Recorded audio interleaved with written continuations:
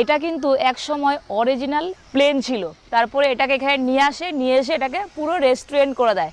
চলো এবার তোমাদেরকে ভিতরটা দেখিয়ে দিচ্ছি বোয়িং 737। তো এই দিকটা দিয়ে উঠি, এন্ট্রি রয়েছে।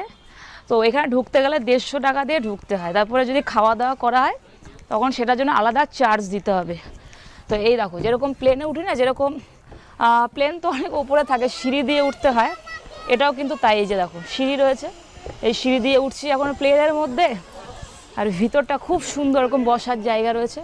এই যে বোয়িং 737, এই হচ্ছে গেট। তো এবার ঢুকে যাই। এই হচ্ছে দেখো ভিতরের ইন্টেরিয়ার, দেখো বসার জায়গা রয়েছে, কত কি রয়েছে এখানে। আবার এদিকটা রয়েছে ককপিট, এই যে ককপিট রয়েছে, এখানেও সবাই ছবি টবি তুলছে, দারুণ। তো খুবই সুন্দর একটা এক্সপিরিয়েন্স।